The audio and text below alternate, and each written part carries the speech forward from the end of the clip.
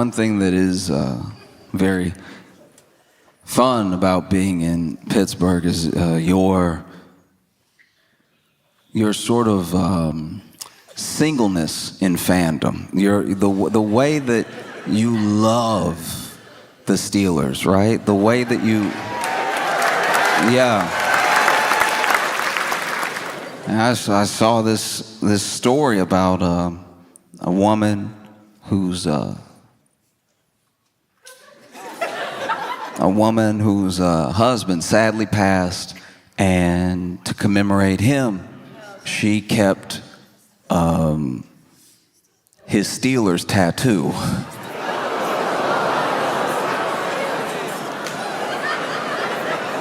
I'm glad we're on the same page.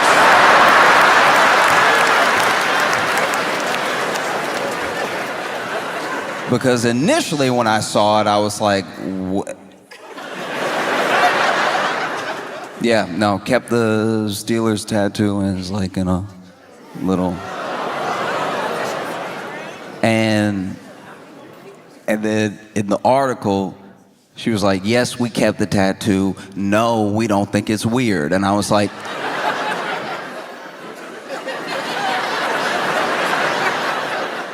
I figured you didn't think it was weird.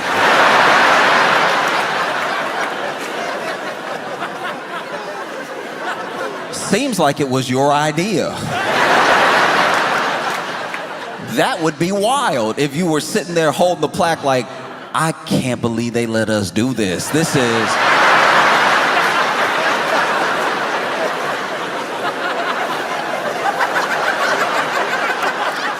little odd, right?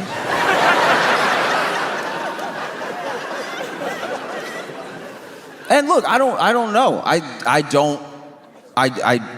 Wow. Like when I saw it, I was like, because also, look, I'm not gonna linger on it too long, but it was a big tattoo, so I don't even know what that is. That back? Is that arm? Is that, you know what I mean? And maybe this is something that the husband would have loved. Maybe he's like, yeah, keep it, put it in the living room, right? I don't know. I also don't know how hauntings work, but I imagine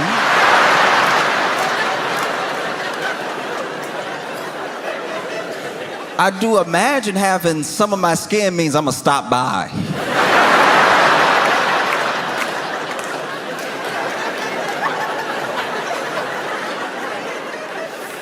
If anybody ever kept some of my neck, I think I'd be like, we have to have a discussion. Poltergeist or not, I'm coming over, we're talking about it. You know, you already have to be careful in people's houses because you never know who got the urn on the mantle or something like that. I don't know why they don't sell urns with like a lock on it. Every urn I've ever come across just been ready to be opened like a cup of sugar. We gotta start making urns harder to spill. You know what I mean?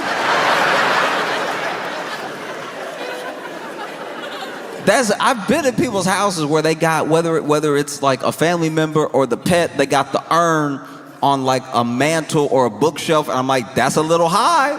If it falls, they will be everywhere. And it does sort of, I don't know. It does taint the memory a little bit if this urn fall and now you gotta Dyson him up.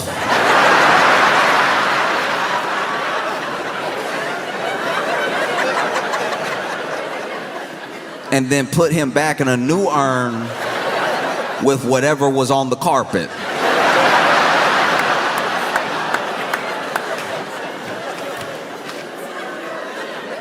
Just something to think about, baby. Literally, just even McDonald's cups are harder to spill.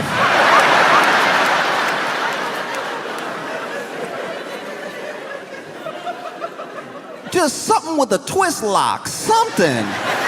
Because let's be honest, unless you spread in the ashes, you never need the ashes. You know?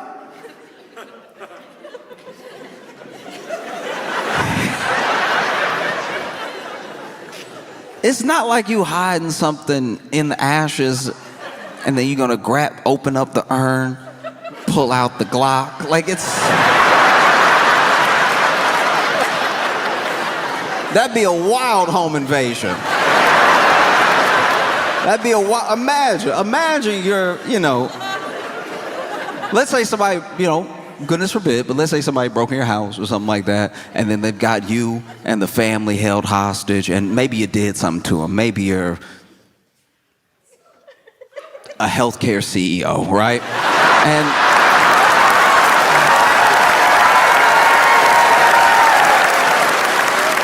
so then they got you tied up with your family and everything, and it's like, look, I'm sorry, all right? And they're like, sorry is not enough, you about to go. It's like, okay. All right, I get that, but okay, but a long time ago, my wife passed, and I always said that, like, whenever I go, I'd like to go with her, and she's right there. Intruder gonna be like,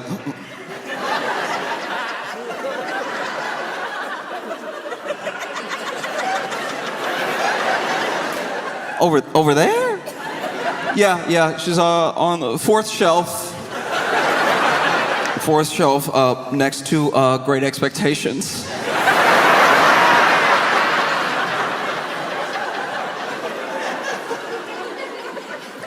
If I could just like hold her, I'll just, this small kindness, let me hold her while you bow. The intruder's like, okay, go ahead. Go get her.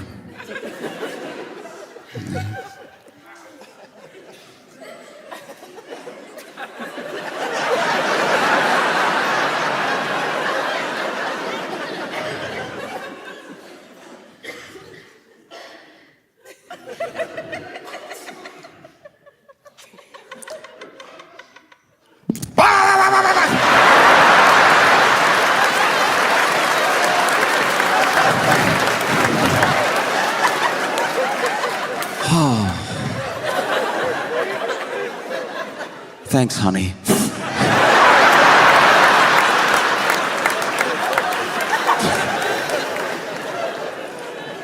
No, it's wild. Because now that mantle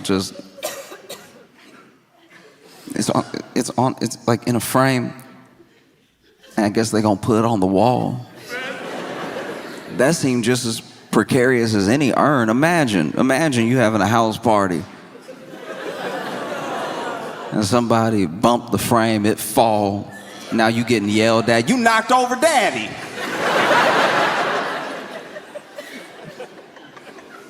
Everybody does things differently, and some people very differently. But once again, I don't know. I don't know if he would have loved this sort of thing, But it'd be crazy to think he might be looking down like, ugh.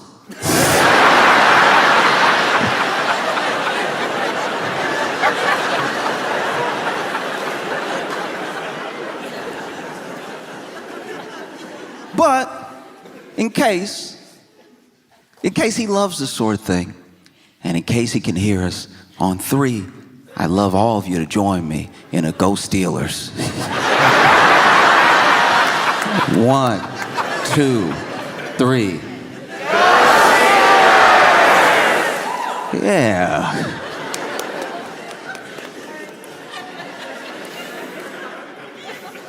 Hopefully that will stop me from being haunted.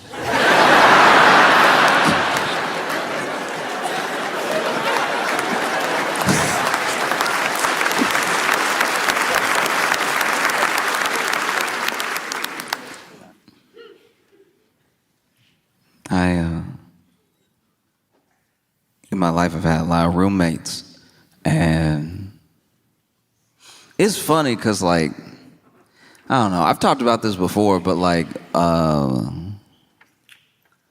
roommates is like extra family because you're poor.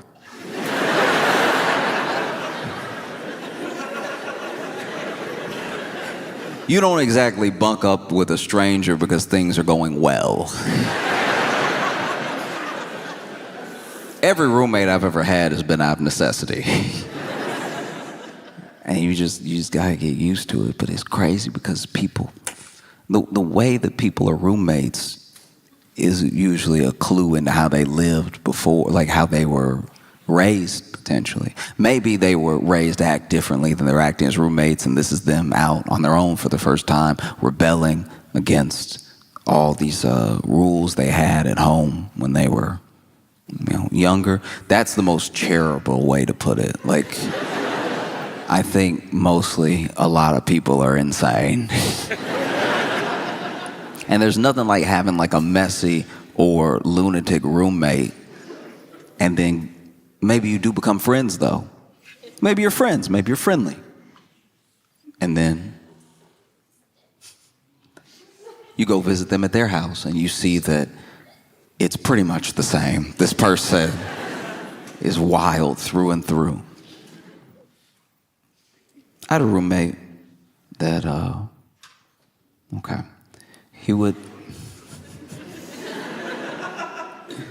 there would be some nights where he would sleep in the bathtub. He had a bed, he had a mattress, he had pillows. But he said he would sleep in the bathtub because it felt more normal to him when he would wake up from a night terror. And I was like, I don't know how you find that out.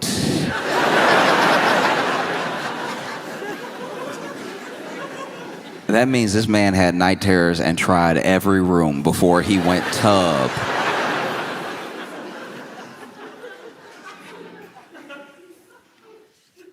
And that was a tough roommate to have because, I would go to bed at a regular time, even a little late because, we're young and everything.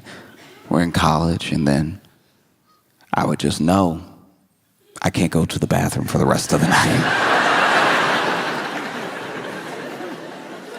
No, I can't. I'm gonna have to hold it until he wakes up. And what would normally be distressing, sleeping peacefully, and then hearing from the bathroom, is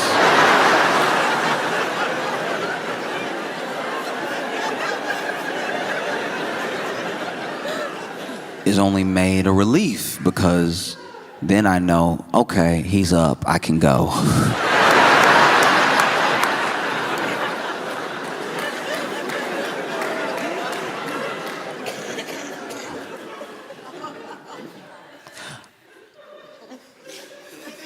A lot of people in America worry about terrorism. This is a top concern for some people, and it just depends, mostly, to me at least, on when you were born, And I think that within this understanding of terrorism, there are many different definitions, One definition is someone who stokes fear and anxiety for the purpose of fear and anxiety in their enemies. And there's a lot of talk of terrorism or potential terrorism. People get called terrorists all the time, and there are some people that want to equate terrorism to one specific group, one specific religion. But I know that there are terrorists, but the terrorists that I'm talking about, they have no religion. The terrorists that I'm talking about, the terrorists that I believe already live in the U.S., they don't have some God that they call to for their purpose of doing what they do. They just do it to stoke fear and anxiety. I'm talking about people who put an empty box of cereal back on the shelf. These people have no place in our society, all right? I had a roommate. Last straw for me was this man. I bought some Cheerios, and I bought it for the group. We all eating out here. And so then I go to grab the Cheerios, and I'm excited, I'm hungry. And I go to grab the Cheerios, and there's a certain feeling. Anyone who's been a victim of what I'm talking about will know the feeling. It is a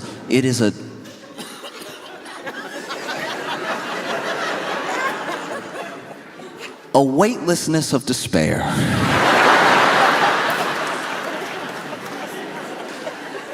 You go to grab what you think might even be a half-full box of cereal, and in your attempt to grab it, you put too much energy, too much force into your shoulder, into your arm, into your hand. And when you put that force into your shoulder and your arm and your hand, and you grab the box of cereal and you go to lift it up, you hit the top of the cabinet. Because there's nothing in there. And not only is there nothing in there, what's been left is crumbs. And the sound of crumbs is the jingle bells of poverty, all right?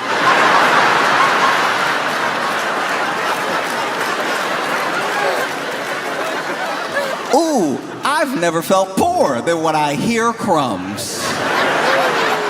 Hearing crumbs is right out of Oliver Twist. Crumbs is what Charles Dickens wrote all his best work to. I didn't even think I could hear crumbs. Oh, but they have a sound. It's a mix between bread particles bouncing off each other and then a whisper. It's in a moment. It's something that almost can't be identified.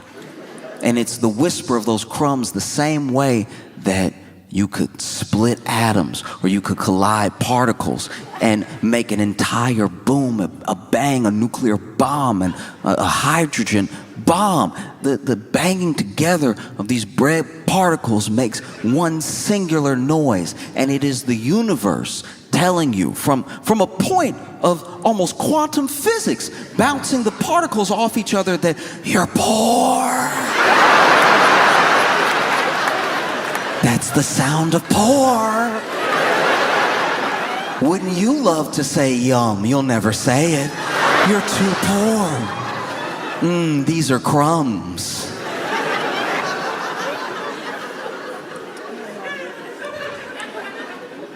If you've ever, in your life, out of necessity, not out of deliciousness, had to pour crumbs into your mouth,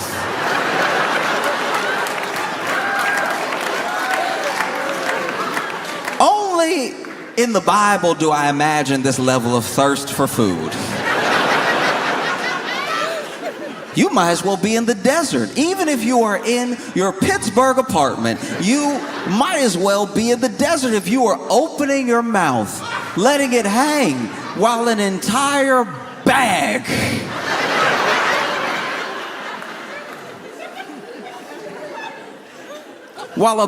of crumbs slides and floats to your mouth. Because the crumbs that are sliding into your mouth from this bag, they have no Christianity.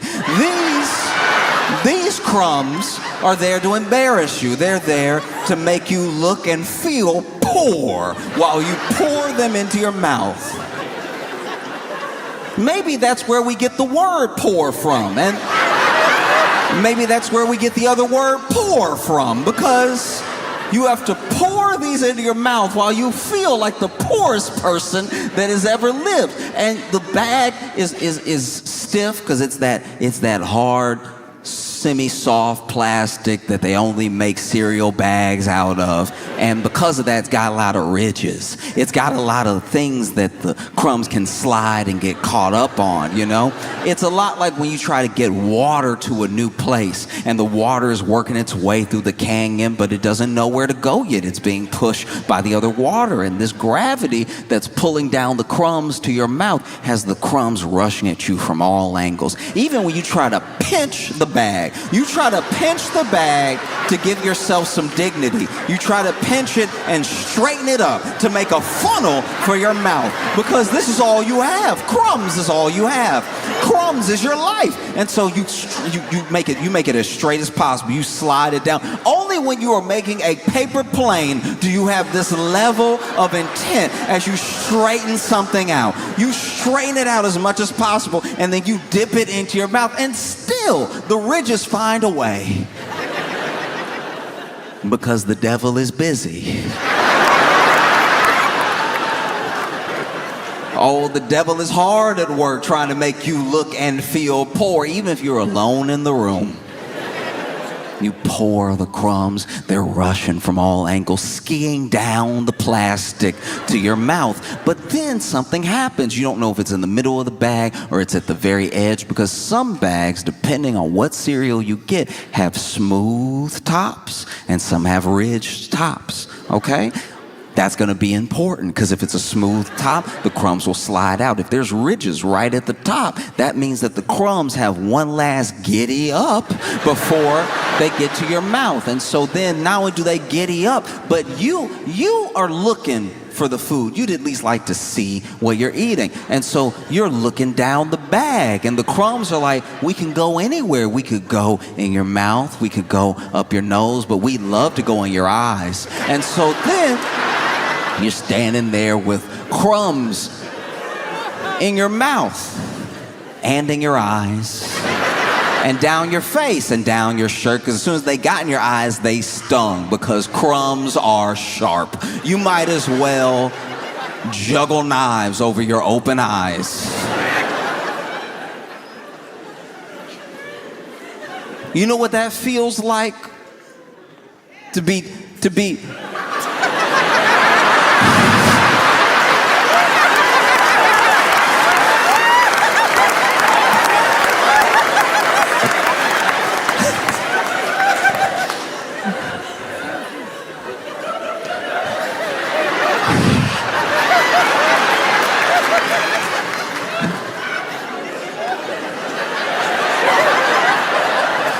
Do you know what that feels like, to have to dig Cinnamon Toast Crunch out your eyes? Every cereal sharp. Every cereal is sharp. And so I remember I was a victim of terrorism.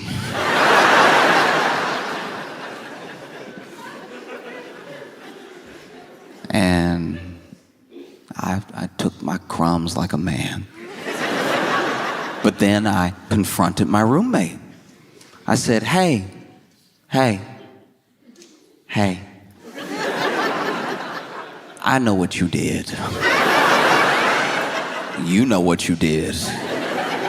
I don't know why you did it. I feel like I've been very respectful. I feel like we have a good rapport. I don't know why you would engage in such a vicious attack against my Saturday. And he was like, what? I was like, you know what? Because he did know what. Because without me saying anything else, he was like, look. I put it back, but there was some in there.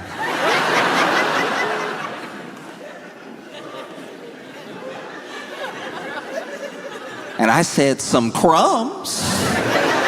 He's like, no, there was Cheerios in there. And then I thought, okay, maybe I've made a mistake. Maybe I have accused the wrong roommate, because I have more than one. And so then I walked to the kitchen with him, because the bag and the box were laying on the ground, because I obviously had to run to the bathroom and wash my eyes out of the very sharp cereal. And at this time, first of all, I need to go back. This is the second time this had happened, all right? And so first time was Cinnamon Toast Crunch, and then the next time it was Cheerios. That's my mistake. And so then he was like, there was some in there, and then we walk over, and the bag and the box are strewn on the floor like a crime scene. Because I had to drop them immediately. I also got Cheerio in my eye. And I was like, there was nothing. And you know there was nothing because it was only crumbs. And now the crumbs are in me and on me.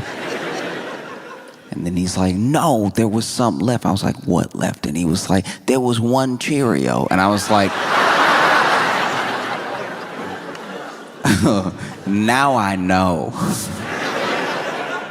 You might as well be Osama bin Laden, because the fact that there was one Cheerio you chose to not eat and leave means you're out of your mind. And then I looked, and sure enough, there was one Cheerio on the ground. One Cheerio. A single Cheerio. Like a British person saying goodbye.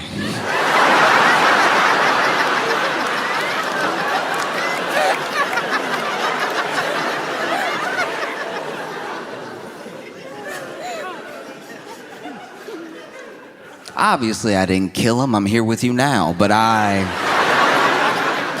thought about it. I struggled a lot, growing up, even into like early adulthood, with opinion of myself, with like body image and everything. It's very difficult sometimes for any young person to believe, if they don't already believe, that they are lovable or that they are good in just the way that they are. Basically, that they are enough. You're still working on yourself. There's still things you want to do with your life. You got your whole life ahead of you, but there's nothing extra you have to do to be worth anything, And it's a hard thing to convince someone of who doesn't believe it. I wish more people believed it. If you saw yourself the way that the people that love you see you, what a beautiful world that would be,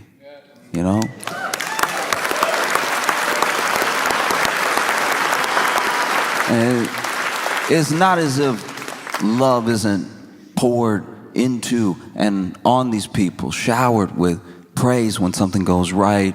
Not everyone gets it, but even for the people that do, they still struggle with body image, they still struggle with confidence. And then for the people who should have people that they look up to, maybe not giving them any of that, either being indifferent to them or actively hurting their confidence. Sometimes even when you have those positive forces in your life, you still don't accept it in a way that would help boost your confidence. You're like, she loves me, but that's like my mom. She biased.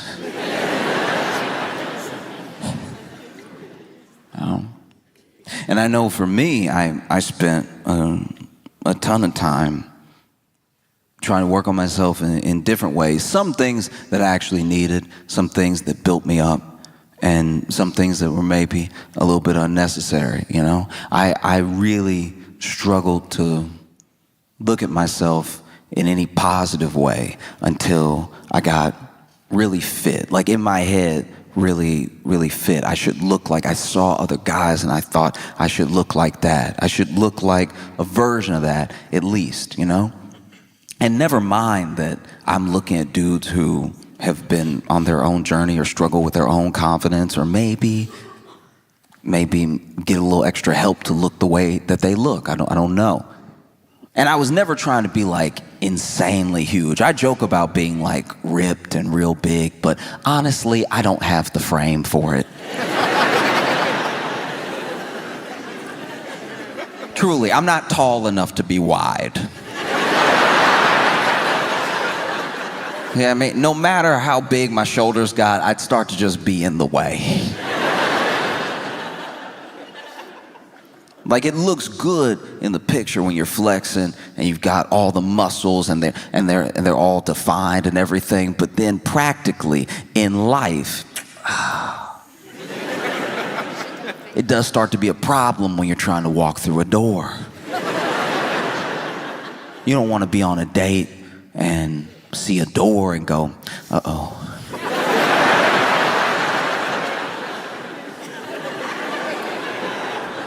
How do we handle this?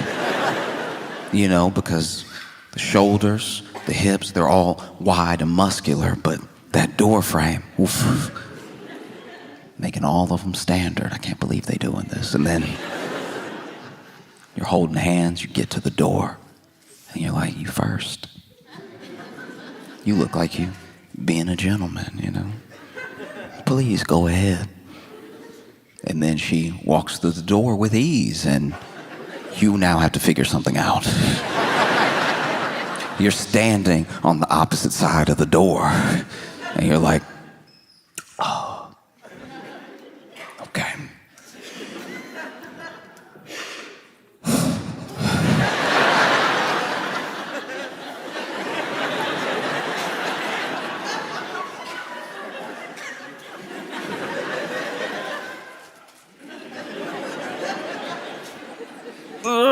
As soon as you strained, you let her know this isn't going to be the life for her. I never wanted to be huge. I just wanted to be very, very fit, you know? And I worked on it with some success, with less success. But even when I started to work out, I realized that wasn't really the issue. Now I was going to the gym, and I was eating as much as possible, and I was gaining a little bit of weight. Not much. And I was like fighting to keep looking this certain way. And I finally accepted that, like, even if I got there, maybe I wouldn't be happy. And I even discovered that through other people who I knew were there. People who I wanted to look like that were in my life, you know? And they still had all the same problems I did. And I would go to the gym and I'd see people packed in there fighting to look a certain way so they could feel a certain way. And there is a bit of a cheat code. You could try to work on feeling the way without having to fully change your entire body. You know, you don't have to earn loving yourself through like straining and potentially hurting yourself, you know? Like there's some things that there's some things that go and be lifted in therapy, you know? Like it's just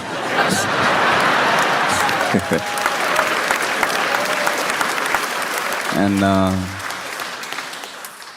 but I remember I would see these workouts, and sometimes you see people get creative. There are a couple machines that are pretty straightforward. You sit down, you want to row, you put your feet here, and you pull. And that's the exercise right here. This is just what you do, and you do it for your back. You know, you work a little biceps in there too, and maybe if you're trying to work more of the back, you can lean forward a little, lean back a little with the pull, you know. I saw a guy sit down like normal and then put his feet in. And I'm not gonna lie, I stopped. I was like, this is about to be awesome.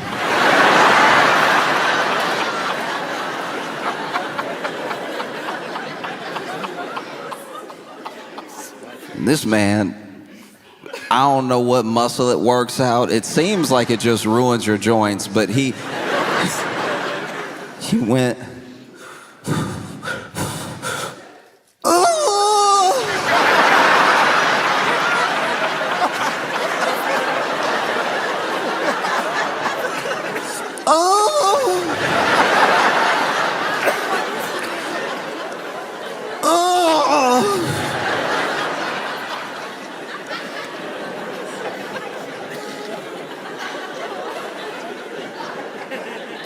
Just make sure it's clear.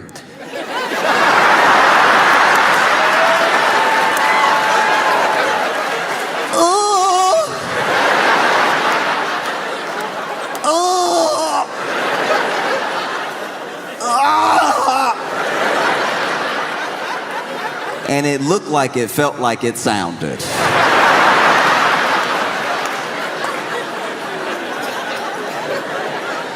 This man did 8 sets of 10.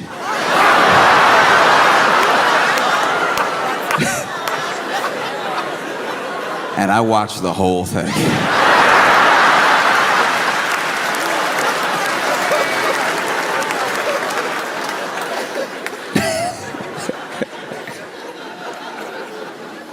Oh, there was even a time where I went to the gym and, I was working out my legs differently.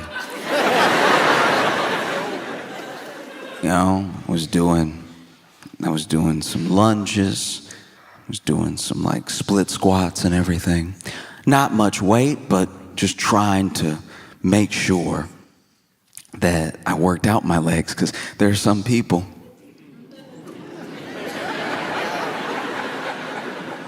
that in all that self-consciousness and all of that wanting to build up for yourself, your body and your image, they still only work on the glamour muscles. They forget the base. They forget their core sometimes, and they definitely forget their legs. And we've been told since we were children that the legs are important.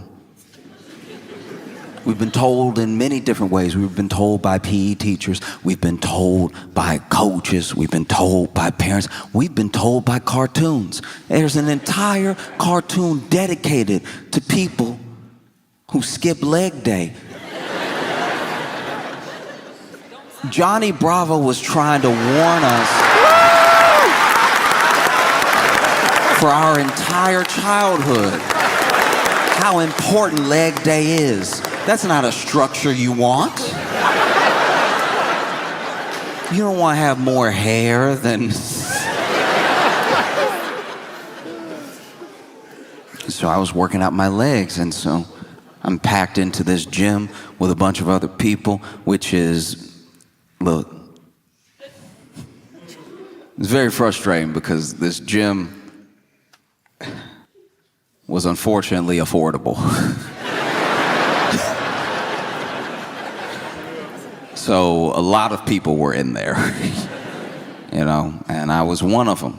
And I was hopeful, sometimes they sell memberships all year and they're counting on people not to go. The way the gym structures are built out, it's so that you get all of these people here, but they're signed up, they don't actually show up. And so a gym is able to run fairly efficiently as long as like 1/10 of the people who are members show up at a time. If everybody showed up that was a member of the gym, if everybody started to really decide to work on themselves, it would look a lot like TSA.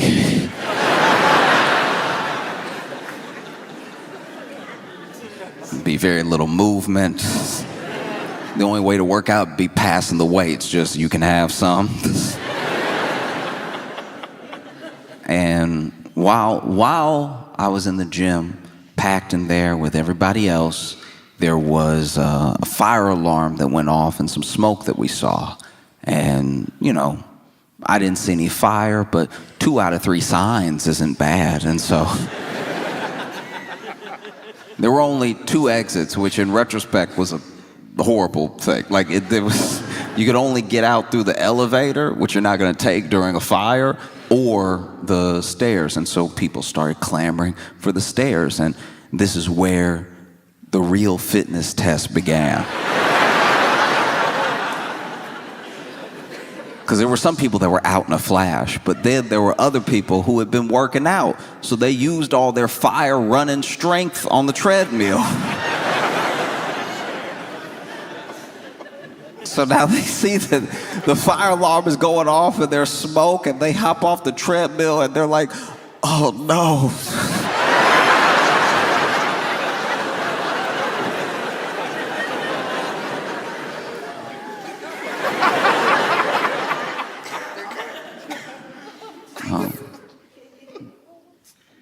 And then there were other people, what I would assume people who were a bit out of their mind, that even treated the running out of the gym like a workout. There was one lady literally still looking at her watch going.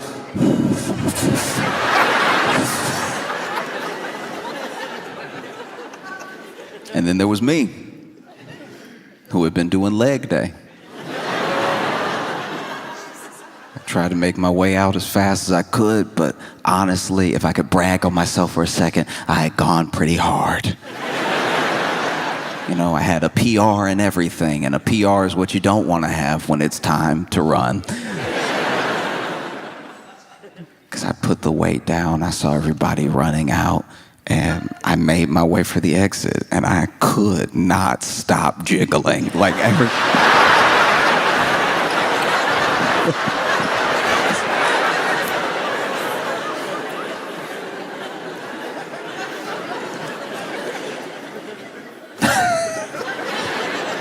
And yeah, I don't know if you've ever been in a situation where you have to evacuate for a fire, but nobody moves like there's a fire. Even as you're going downstairs to like get out of the building that has smoke in it that is like clearly, at least seemingly on fire, you still get people that do that thing that people do when they get to the top of the stairs, where now that they're clear, they just enjoy their day. If you've ever been in a walkway, there are people who can't wait. At the beginning of the stairs, they can't wait to get up there. And then as soon as they get up there, as soon as they are past the last step, they're like, oh, yes. As if there's not a ton of people behind them. And so I'm noticing as I'm shaking and jiggling down the steps, how slow people are going down the steps. And so people do start to scream like, hey, hurry, move it, you know, fire. And then we get outside, and it was next to the door. One of the reasons everybody was slowing up was that same lady was out front near the door, just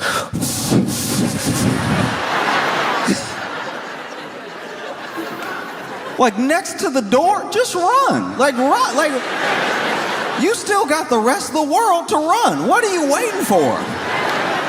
If you're waiting for your gym buddy, you left him. You left him to die.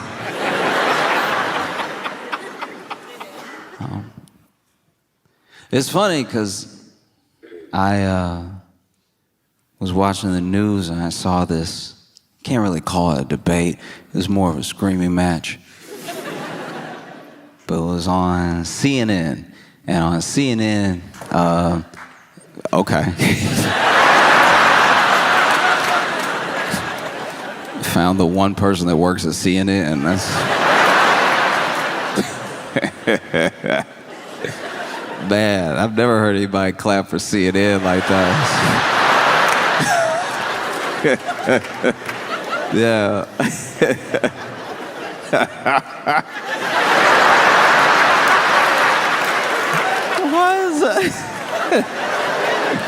Now, to be fair, though, look. To be fair, we don't know where our friend is from, and CNN abroad is actually substantially better. Like, when you watch CNN and you're in like France or something, it is actually like engaging programming. That we really are the only ones that do CNN the way we do CNN.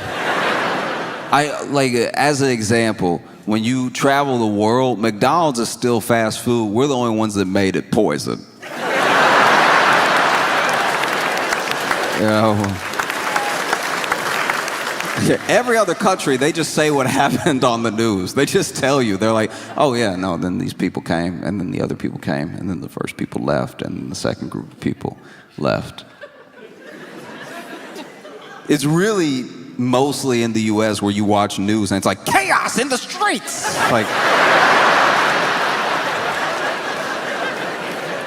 Like every news segment is cutting a promo for a horror movie. I was watching CNN and I saw where Jillian Michaels was on there in a debate that she seemed to have started, and they were talking about changes to the Smithsonian and how art and culture shifts between who has the power to dictate how the exhibits are written, who the exhibits are of, and everything. And Jillian Michaels was like, it's so unfair that slavery in this country only gets blamed on one race.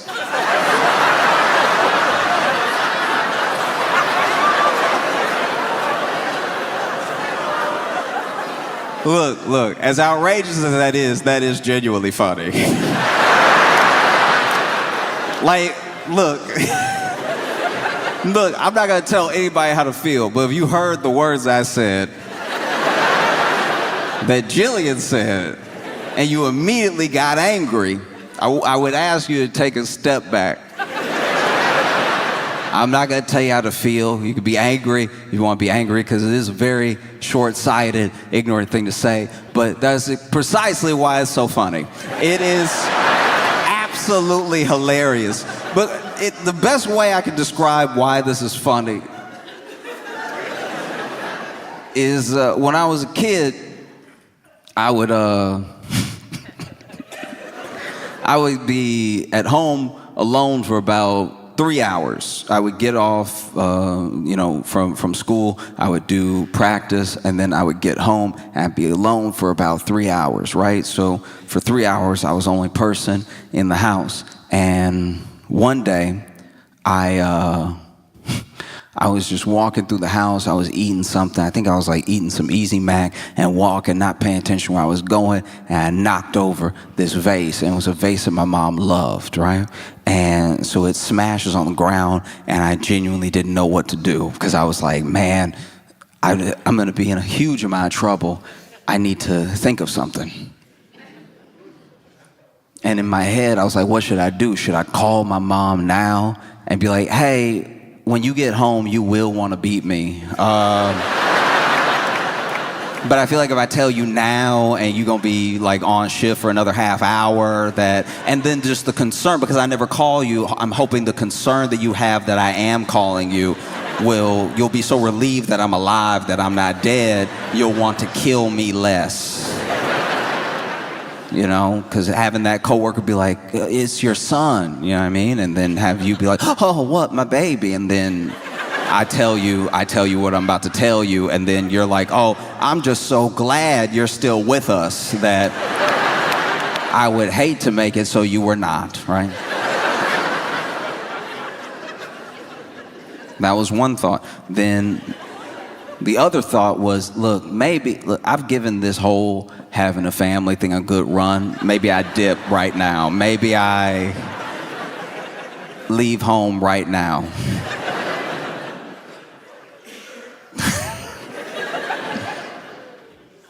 And then the third thing, which is what I did do, was nothing. I went to my room and played some video games for what felt like might be the last time in a long time.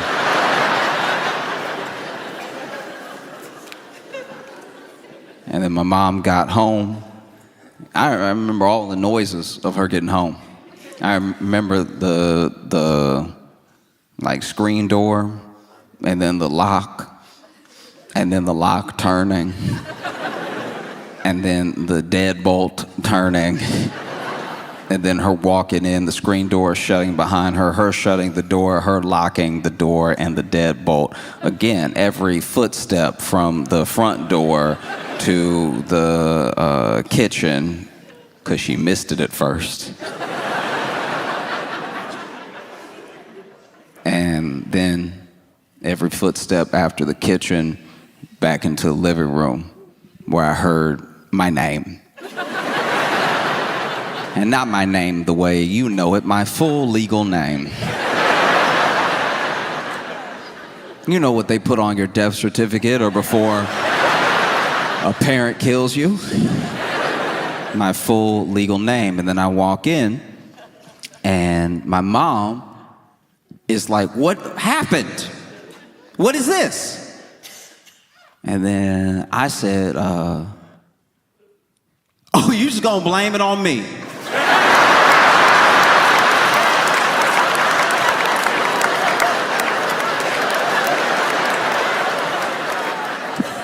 Wow, wow.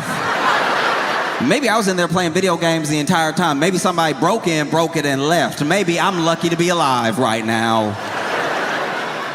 You're just gonna immediately blame me because I was the only one here. You're just gonna blame me because it looks like it was me. And that's kind of what Jillian Michaels was doing with the whole, like...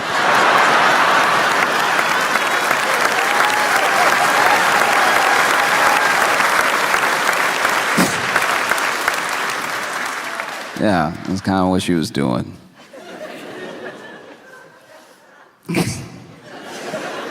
Can't believe you would just blame it on one race of people.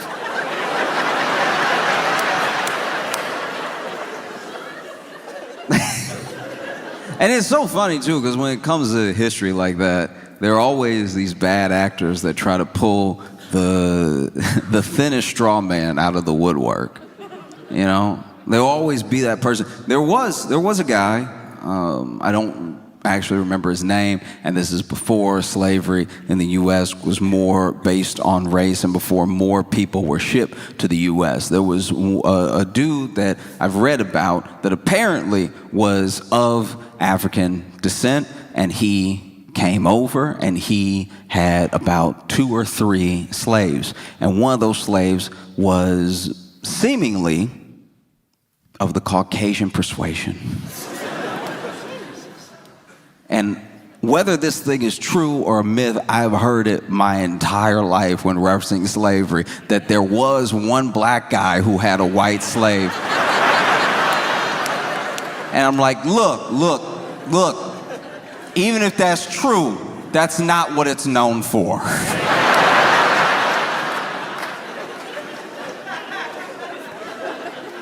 Do you know what I mean?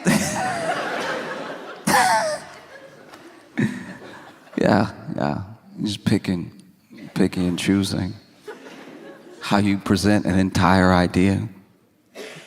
And it makes sense to me that someone like Jillian Michaels would say something like this. She is from a reality TV show. She's known for the show The Biggest Loser.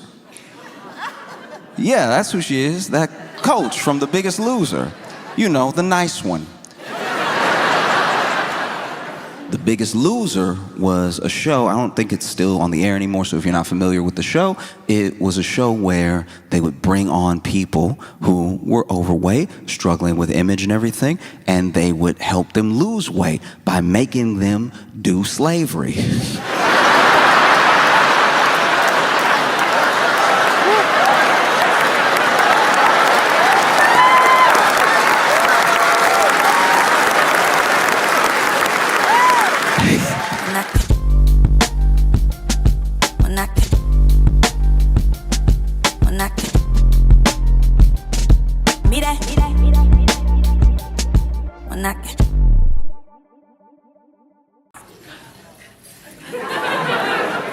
Like, we're clearly having a rough time. A lot has already happened this year. January was full of enough stuff to fit a whole year, you know? And we're not okay. We put on a brave face, but we're not all right.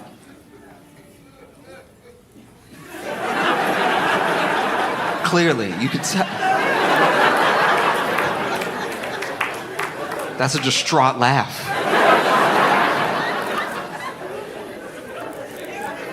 It really is rough out here.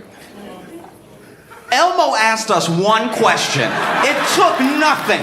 Elmo just said, "How is everybody?" And the floodgates opened. As an internet user, I was embarrassed. The way that everybody just poured everything out to Elmo. If you didn't see it, Elmo tweeted, "Hey, just check it in. How is everybody?" And 185 million views. What, 1 million replies? I don't know how many replies. It was absolutely crazy. Everyone just told Elmo everything that was happening in the moment. There's no better indication that we need universal mental health care than everyone responding to Elmo like he was in the room. That's absolutely insane. I can't believe, poor Elmo. Elmo probably smoking a cigarette right now, trying to calm down after the horrific stuff. Because some people were sending in video, like, all he said was, how is everybody? And then people under him, right underneath, like, they found me guilty, dog. Like, that's insane. This is not real right now. Go seek real help. That's just crazy. I felt for Elmo in that moment. I really did. I have a lot of different feelings about this from a lot of different angles, but the first one is that I felt bad for Elmo. Elmo didn't know. That's why Elmo asked. You know? You ever been that person? You ever been asking somebody how they're doing and then they tell you? You trying to make polite conversation. We won't even see each other in 4 minutes. Just pass by, how you doing? And then they're like, well, that's unacceptable. That is unacceptable social behavior. It's one thing if you say, you know, how you do it, and they say, well, and then they don't really want to get into it, and then you ask because you care. That's different, right? I'm not saying you can never tell people what's going on with you, but I'm saying we've all been that person. You in the break room at work. This is your break. This is the only time of day you get to yourself. You in the break room, and then somebody walk in, and you sitting there trying to eat your Hot Pocket, right? Trying to eat your Hot Pocket that you brought for lunch, and you just munching away, trying to have a good time, fighting to find something on YouTube just to get through the day. And then somebody walks in, your worst coworker, you know who they are, they walk in, and then they try to put something in the microwave, and they're pressing every button, just everything, putting it on potato, on popcorn, everything. And it's awkward, because it's only the two of you in the room. And so you go ahead and say, like, how you doing? Just throwing it out there just to kill some of the silence, because you couldn't get your earbuds in fast enough, right? And then they go, well...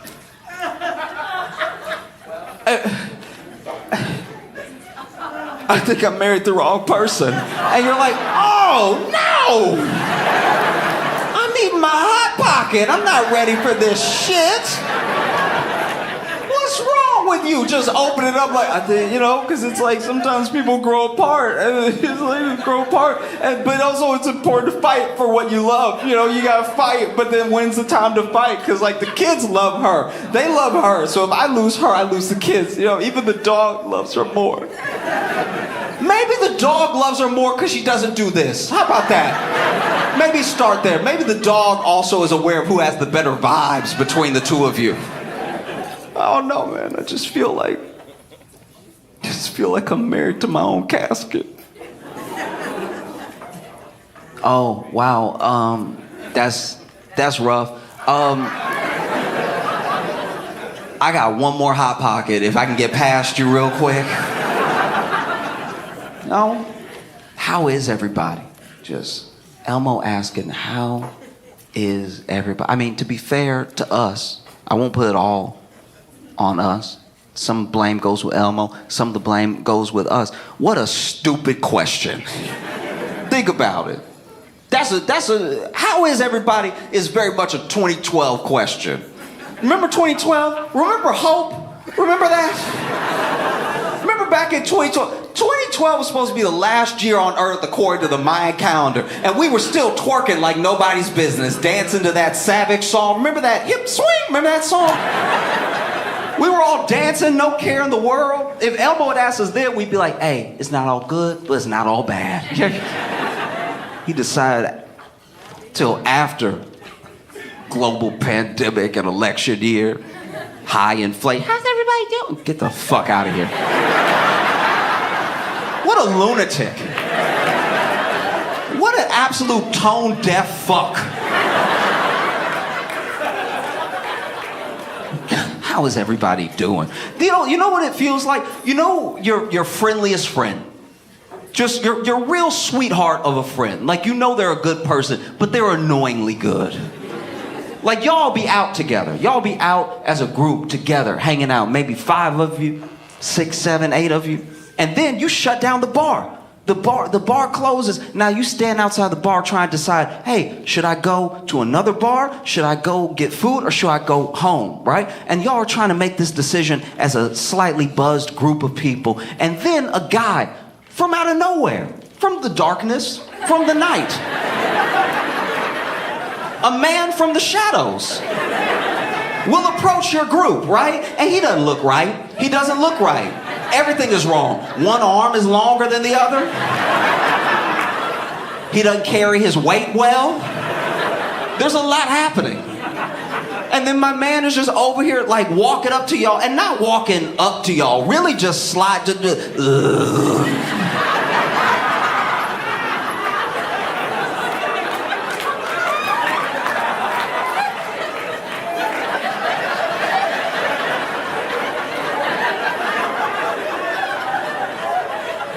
how's everybody night going?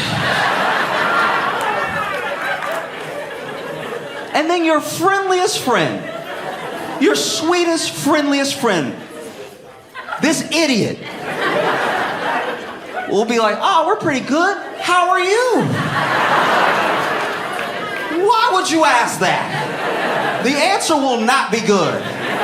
No matter what it is, he's not having a good night. Nobody moves like that. He's having a very particular life. How are you? That's the type of person that's gonna answer you in full, right?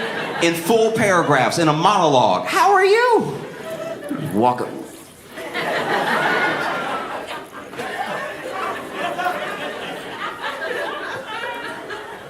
Well, I think I married the wrong person. You see what I mean?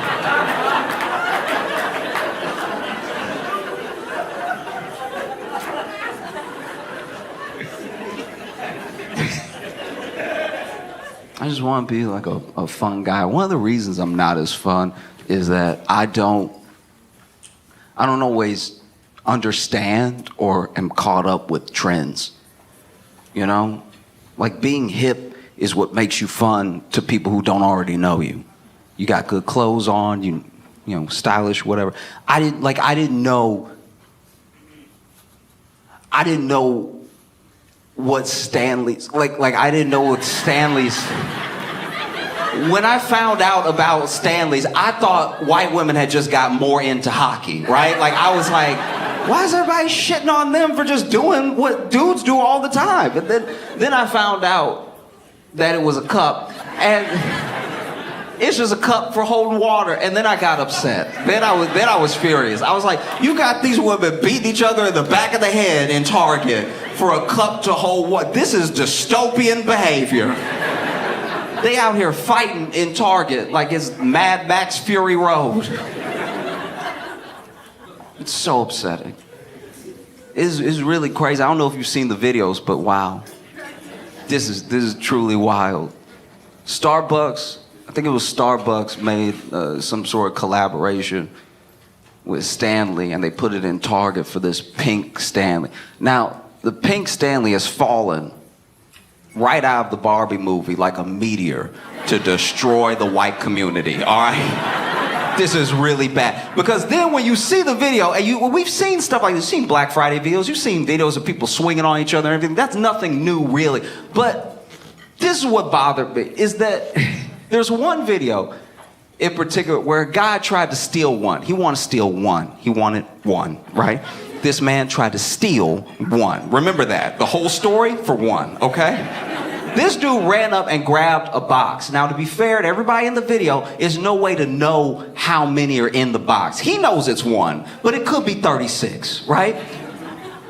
He goes to run off with the box, and the whole video is just one woman's phone, and she's just going, "Stop him! Stop him! Stop him! Stop it!" And she really didn't need to yell anything because they were already on his ass. Like as soon as he peeled off, they were all behind him, and it was a swarm of white. I don't even know what you call this type of collection of white women. A bachelorette party of white women was chasing this man down, and they didn't just catch up to him. They grabbed him one limb at a time. Like this was taken to the ground systematically. And then they look, I'm not saying at the end of the video they swarm him. I'm not saying they killed him, but you'd never see him again, all right? It's pretty jarring. Like, and they just swarm him and his body just disappears.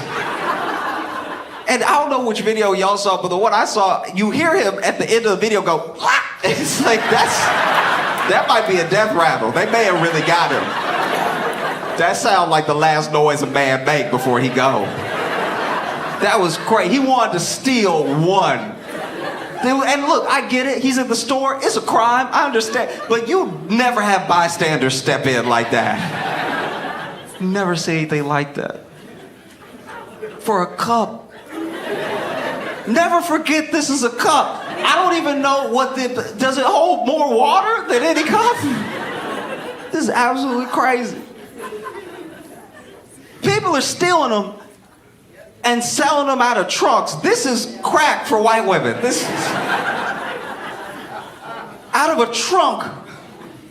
I got the white, I got the pink, I got the blue. You like fuchsia? I can get you right. It's absolutely insane. Then turns out they're full of lead. We've been beating the shit out of each other for lead cups like it's the Industrial Revolution. Slapping it. I'm not gonna lie to you. This low-key feels like a power play by China. I think China was like, this is the year, 2024 is the year we take America down.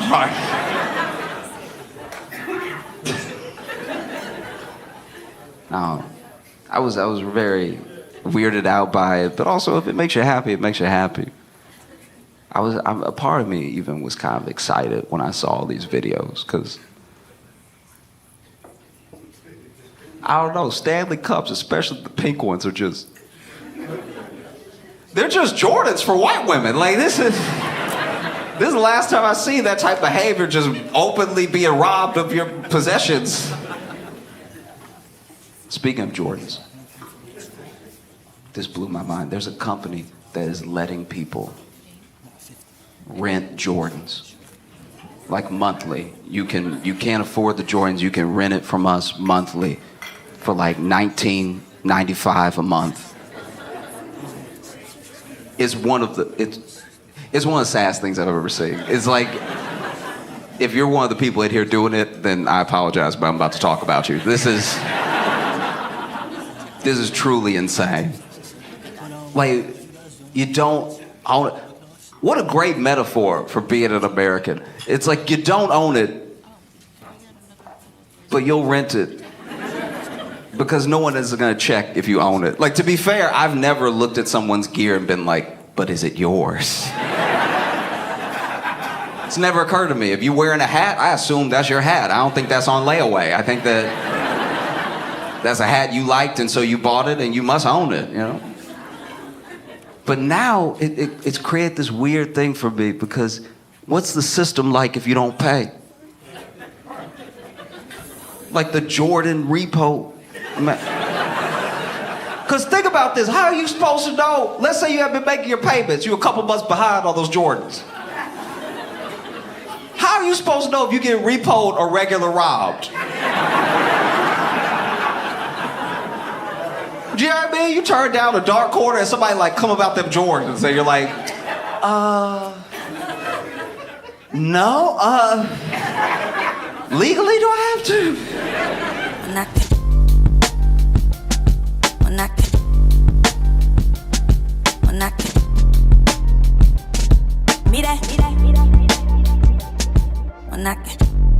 I have been absolutely obsessed. I don't know if you've heard, but there's been a viral Chase money glitch.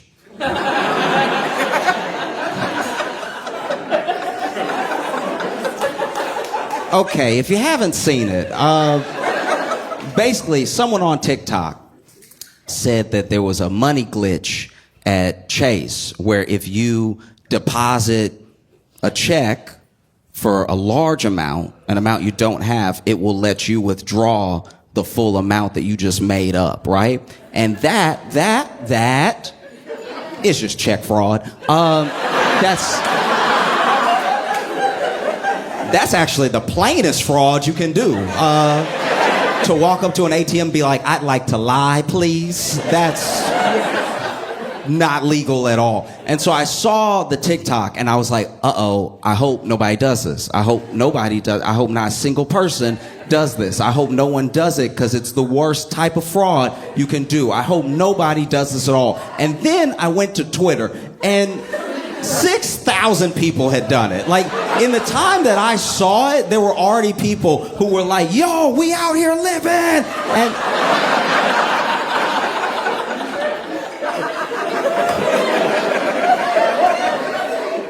watching people you don't know commit fraud is like watching your uncle wear a suit he thinks he can pull off. You know what I mean? Like, you're just like, no, not in front of everyone, not in front of everyone. Because that's what it was. It was in front of everyone. They not only did the check fraud, but they all made videos, which is how I was watching. This wasn't a rumor. I was like, that's a high definition camera that you are committing crimes in right now. I am so, man, the jails will be full. That's a lot. Because, you know, they were playing with money that they didn't really have, and they were spending it on things they shouldn't have been spending it on. And so, you know, I know I'm not the first person to say this. I'm late when it comes to saying this, but I need to say it just to reiterate one more time in case anybody doesn't understand why check fraud is a very, very bad idea. They went to Chase Bank, right? And then they wrote their name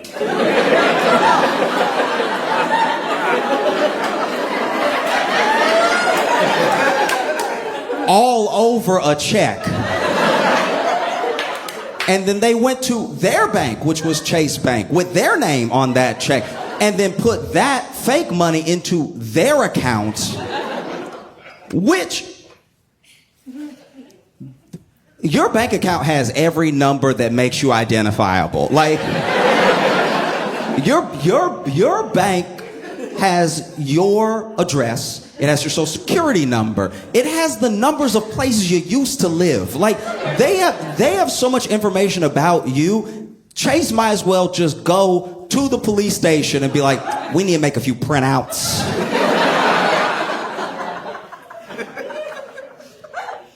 And so people were doing the check fraud, but then this is the other thing. This is what happened. This is why people started doing it, right? Basically, the glitch, as people were calling it, some of it was just straight up check fraud because they will give you a portion of the check because they haven't verified the check yet, but it's law that they have to make a portion available immediately, right? And so there was a mistake for maybe, who knows, 10 minutes, an hour, where someone put in a check and it gave them the full amount immediately. It did not do that for most people. Most people got a portion. So when you see them throwing money, they definitely had to pick it up right after. Like, it's like...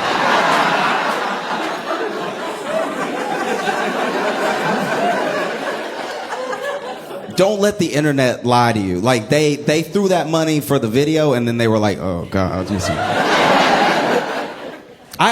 Whenever I see stuff like that, I always think to myself, like, y'all didn't factor in the wind at all. Like, you balling for these next 3 seconds, but as soon as there's a gust, you're going to be running into traffic, screaming, no! And so basically, you know, there was that side of the glitch. Another side of the glitch was that there were people who were also requesting loans, like pretty high loans.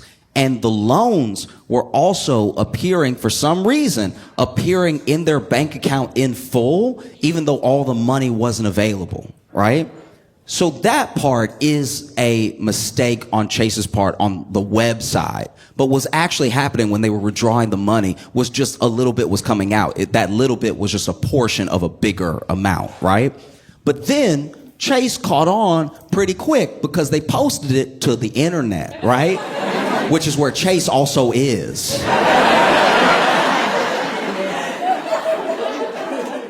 if Chase was one of these mom and pop banks where mom worked the teller and dad was the personal banker, maybe they would have gotten away with it for quite a while. But because Chase is also on the internet, Chase saw the mistake they were supposedly making. They corrected it immediately. They put a 7-day hold on people's accounts that were affected by this like activity, right?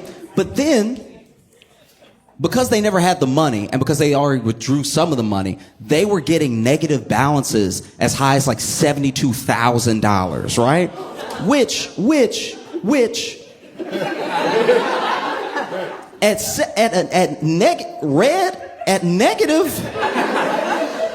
$72,000, I think I'm just gonna change my name. Like, I think that's when you open your bank account and you go, whose bank account is this? I don't know him at all. I am moving. But this is why you shouldn't let the internet lie to you, not just because they give bad advice with no repercussions, but also because there were people that were faking it. There are people that were faking the glitch, literally just to go viral. There were people who were going to the ATM, withdrawing their real money, not doing the scam, then throwing the money in the air for the video, and then immediately being like, y'all, help me. There were even people who were pretending, using other people's screenshots, pretending that they also had like a negative $48,000 balance, and it was all just for attention. And it's so important to remember that. It's important to remember that like half of the internet is for attention. Like almost none of this is real. I could be AI. Like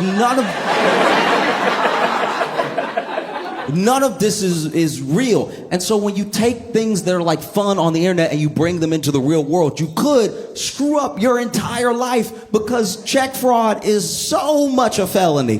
Check fraud is one of those felonies that someone does that's like not even like a dangerous person. It's just like, you'll be like, man, where is Cousin Willie? I have not seen him at the last 3 Thanksgivings.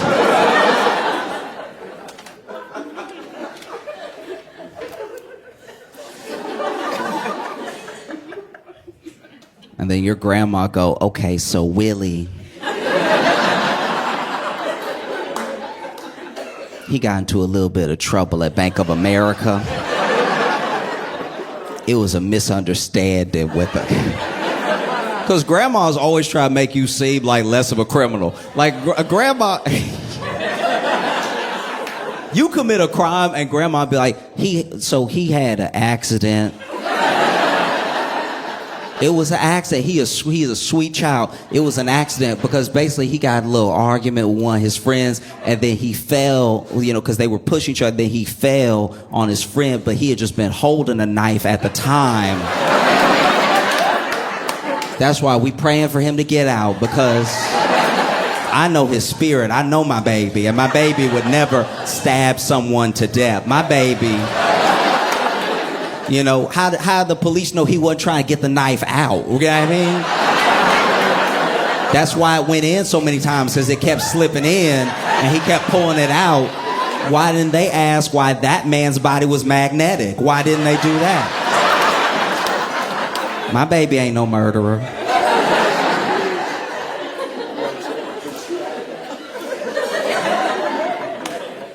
You do check fraud. Your grandma's like, that's not even his handwriting.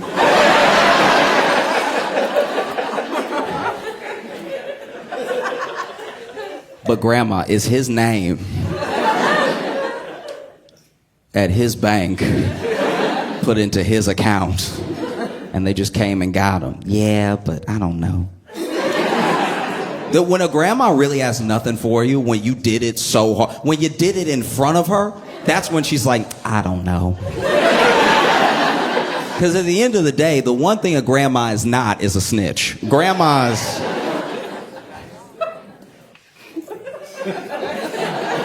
Okay. All right. So back in the day, I grew up in Louisiana, right? And back in the day... we weren't friends, but I knew this kid, and he was like, this kid in my neighborhood was getting arrested, and it was a whole big scene because, like, basically, I don't know what he was getting arrested for, but the police thought that they needed 18 of them. Like, it was, I don't know what he did, but everybody showed up, if nothing else, just to watch. Like, that's... And that dude's grandma came outside screaming like, he didn't do it. Typical grandma. He didn't do it. He didn't do it. And then she tried to fake a heart attack.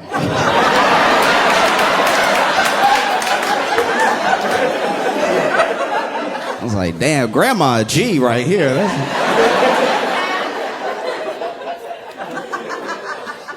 That's probably what G stands for if you go back all the way. She was like, don't take my baby, don't take, oh no, my heart.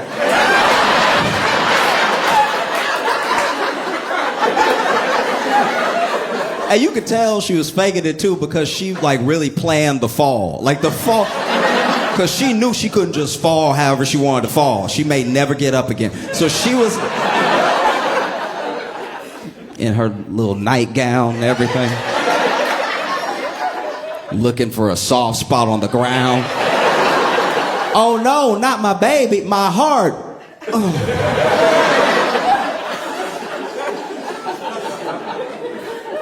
I just can't stress it enough. Please do not do wire or check fraud. It's like, it's so easy to not do. We're all not doing it right now.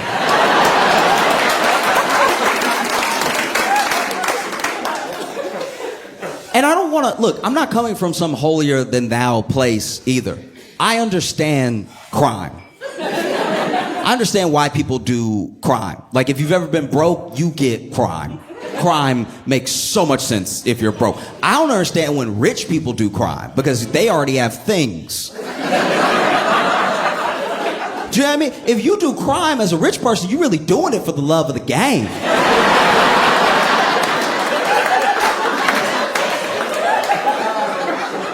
If you are a multi-millionaire and you embezzle hundreds of thousands of dollars, you're doing it for chips. Like, this isn't...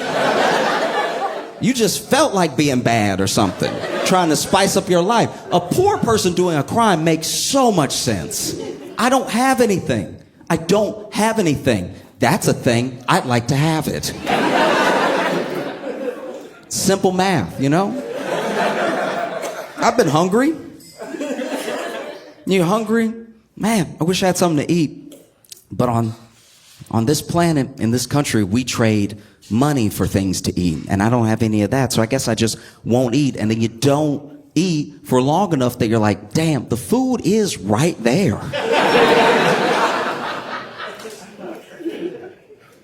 You know what? Today's the day. I'm gonna do a crime. And then you grab an apple or something, and then, you know, grocer sees you, and you try to run, but you can't because you don't have any energy. So you get caught, and it's all very sad because you get charged with theft, but you took it because you were hungry. Like, crime when you're broke makes sense, you know? We don't like it, but it's true. It just does. And it's weird because it's like, Chase isn't... Chase...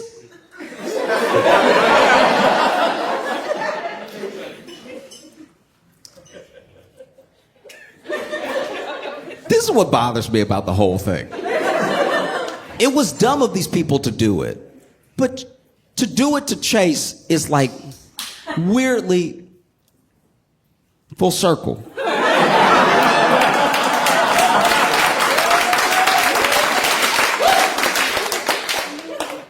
Chase got bailed out in 2008 for about $12 billion. And they needed those $12 billion because they were playing with money that wasn't theirs, and they were... They made the video, it just didn't go viral, you know what I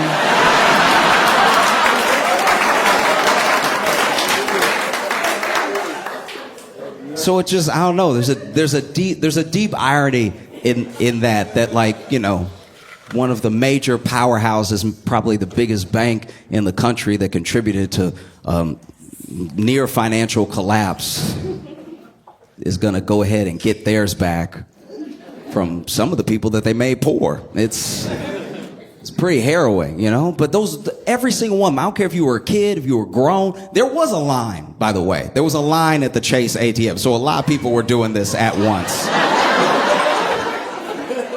There was such a long line. Okay, I didn't know about the scam until late. I am late when it comes to everybody doing this. It's already over and Chase has like settled it and they're probably gonna go get their money back. But I was in line one of the days and I don't look like I wouldn't do it.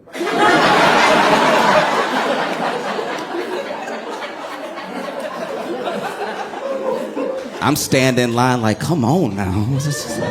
Line's never been this long before. That guy's throwing money. That's irresponsible.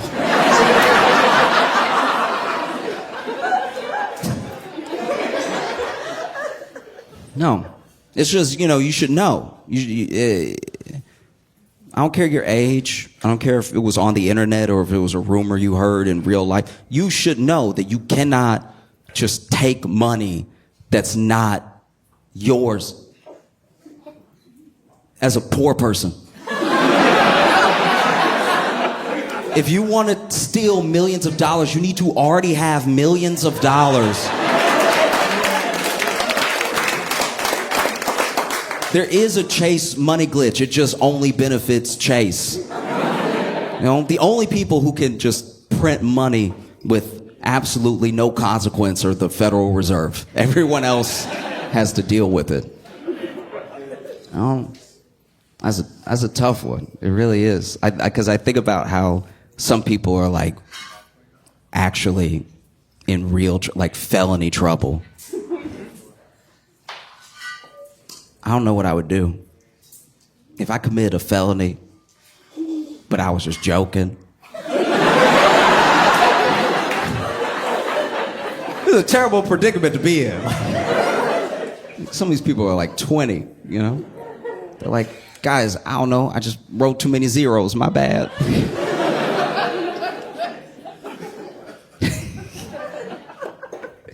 The only one of these scams that I really thought was like funny and was really rooting for the people on was that DoorDash one. I don't know if you saw this, but basically there was this DoorDash scam that was essentially the same thing. It was kind of tied to a Cash App scam. There are a lot of scams if you pay attention. It is crazy how much we're doing them now, how much we're doing like wire and check fraud. Like we, as Americans, we have become the Nigerian princes of the world.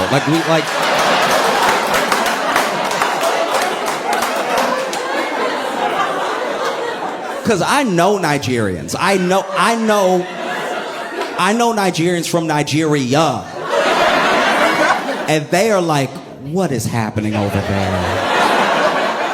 Do you need us to send you something?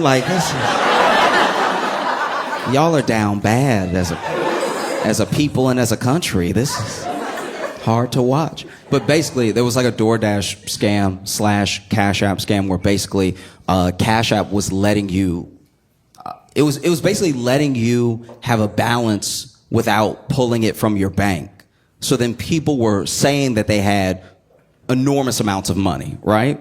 But then weren't able to pull it out. Like they weren't able to transfer this imaginary money to their bank.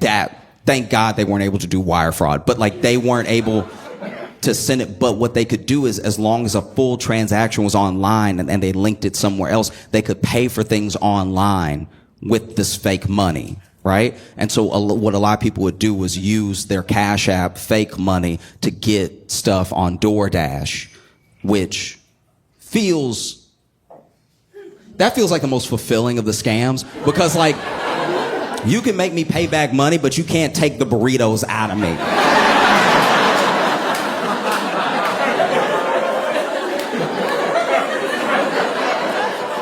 You know what I mean? Like when the police come, I'm gonna be full, all right? And when they put me in the car, that car's suspension will be in trouble.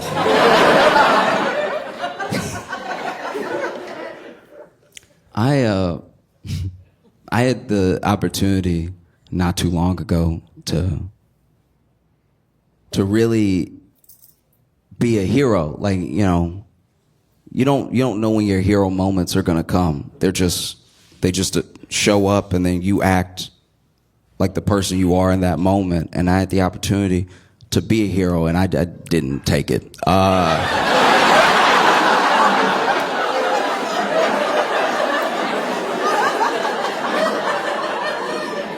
I looked that moment in the face. I was like, you must be looking at somebody else. Huh? I don't know what to tell you. This is bad. Basically, I was at a friend's house, and while I was there, some other people basically broke out into a fight. And like a real fight. We're not arguing. No one's talking anymore. Fists going and everything. And there was a moment where I could see a gap. I could see a pocket where I could have broke it up. And breaking up a fight is a very precarious position to put yourself in, because most fights that you want to break up, especially if it's two people, if it's three, it's gone too far. You know, you're not going to be able to double dutch that one. You know what I mean? But two, you wait for a moment where they're like both tired, or they're trying to wrestle, or, you know, they're backing up to like get started to fight. You know, that little back up hop step. This is usually, okay, when someone doesn't really know how to fight, they do too much prep for the fight. You know what I mean? Like there was, okay, I know I'm digressing to digress, but basically one time in high school, there were these two kids that were about to fight, and I didn't even bother trying to break it up because one kid stretched. And I was like,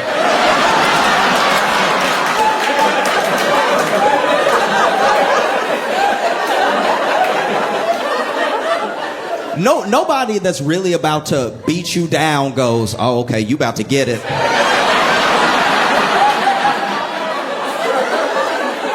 You just give me a second. I'll be over there in a minute. You just.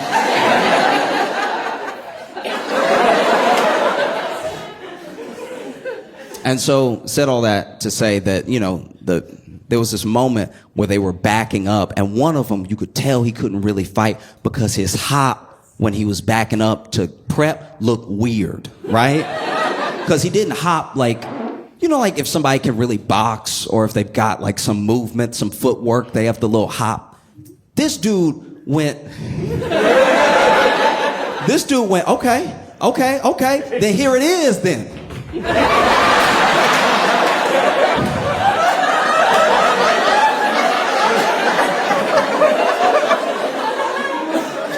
This man wanted to fight so bad, but just had to step on 1,000 roaches first. Like, in what world is this getting you ready?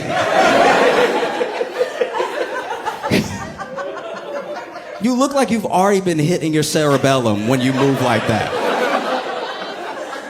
But anyway, they get to fighting, right? And I could have jumped in. But I was like, you know what? No. Because when you jump in to stop this fight, you need to be bigger than both people, right? The way you jump in and stop a fight, usually it's hand first, like you get the hand in there so that's the warning. Hey, stop swinging. Somebody else here. You might not hit him, you might hit me. Hey, right? And then you put your body in between the two of them. And the idea is that your body will be big enough that they're like, I want to punch, but there's too much to get around. And that isn't the case with me. You know what I mean? Like, I can't. I want to jump in and stop the fight, you know, like a principal, just like, hey now. Okay, so, all right.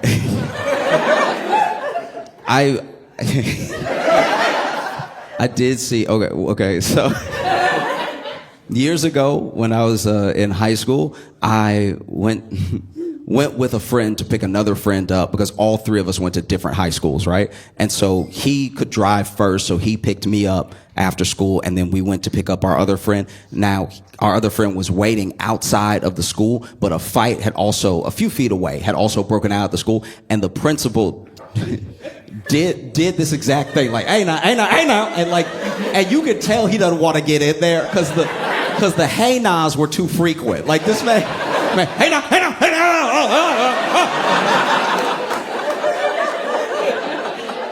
But he stopped the fight because he was just being too big for both those boys to get at each other, right? And I don't have that. Like if I jump in, I will catch a stray. Like I'm gonna walk right into a fence. Brothers, please.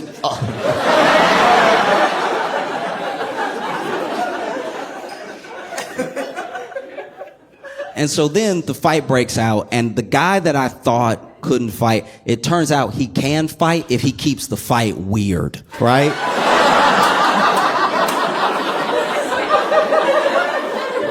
Because in fighting, in hand-to-hand combat, in battle, right? You use what you have. You use your hands, fists, elbows, knees, shins, foot, everything that you can. If you wrestle them to the ground using your weight, using leverage, there's just lots of going on with your body when it comes to a fight. But what I've never seen, and I watch fighting, I watch combat sports, I like watching boxing, I like watching kickboxing. I've seen people who can kickbox in real life in like a street fight. I've seen people who can box in real life in a street fight. I've seen people use their knees, like Muay Thai moves, elbows, all that stuff. I've never seen somebody who just grabs.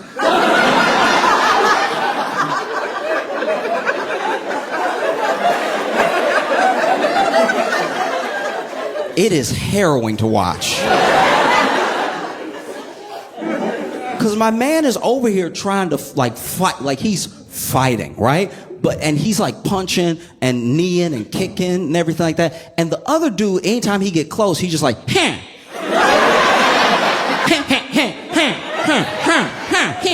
So now this dude punching while also being hella uncomfortable.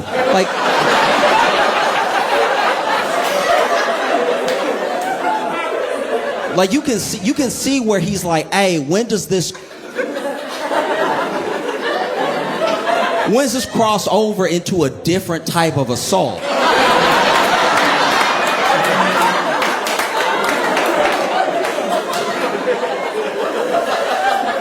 you know what I mean? Because like because at one point the dude was trying to dodge a punch and then like grab, and I think he thought he was doing kung fu.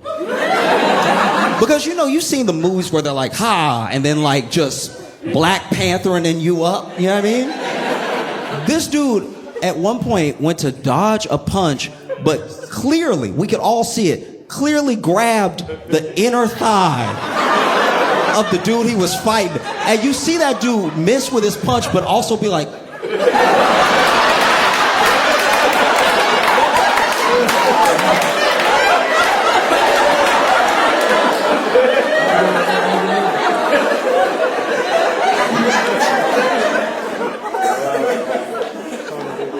And so they're fighting and they're fighting and they're fighting. And then there's one point where, the dude who really knows how to fight pushed the grabber away. Because I think he just needed a break. Imagine you beating somebody's ass and they're still like,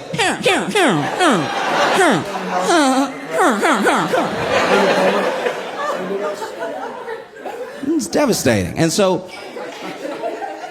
then I realized that I made the right decision, not because I didn't want to be grabbed, but also I knew I made the right decision because when they re-engaged,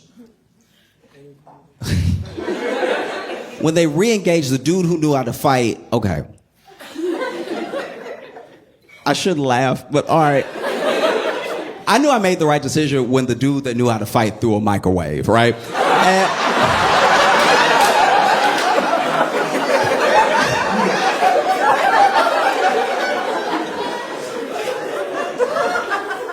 And I think, okay, this is what I think happened in my mind, right? No one even saw him with a microwave. We didn't know where the microwave came from. You know what I mean? And I think we were distracted because when he pushed the grabber off, the grabber was ready. He was still like had energy, even though he had lumps all over him and everything. And he was just standing like.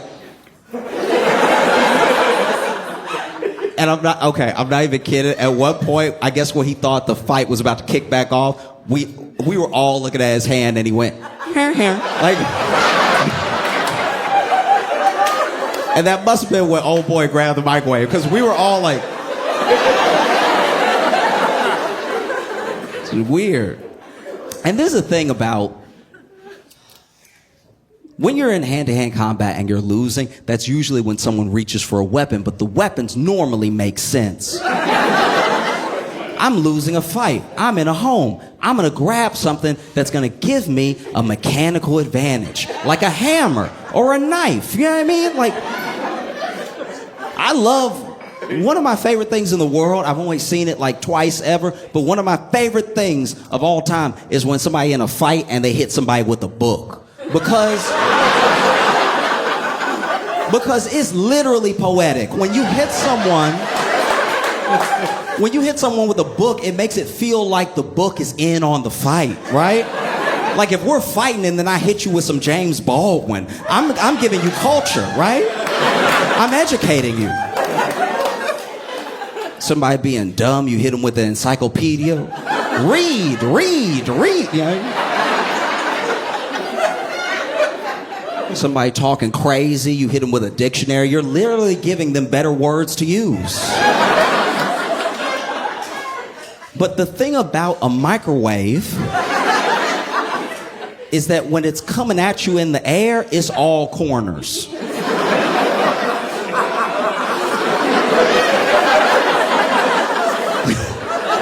When a microwave is hurtling towards your head, it's nothing but angles, all right? You would think it was a diamond, the way that it moves through the air. I guess I'd never seen one fly before, so I was like, wow, right? And so then, the best you can hope for, if you can't catch the microwave, if it's coming at you too fast and spinning too hard for you to dodge or stop it, is to just get hit with a flat surface, right? The best case scenario is that you get hit with a microwave that's coming at you door first, like a window. That feels like it has the most give to it. But that didn't happen at all. This dude threw the microwave at the grabber, and that dude got hit in the head with the popcorn button. And I've never seen a person shut off faster, right? Like, this dude caught a microwave in the head, and you just saw him go. Like, I've never seen someone go limp that fast, right?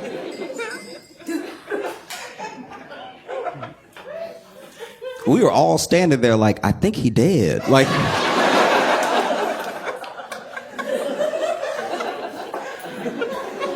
the only reason we knew he wasn't dead is that finally, after like 30 seconds, which 30 seconds when you think you're looking at a dead body is forever. That's... When you think that somehow you might go to jail too, you've been looking at that body all day. But he was clearly like down for 30 seconds, and then we just saw him be like, oh. So, he's fine.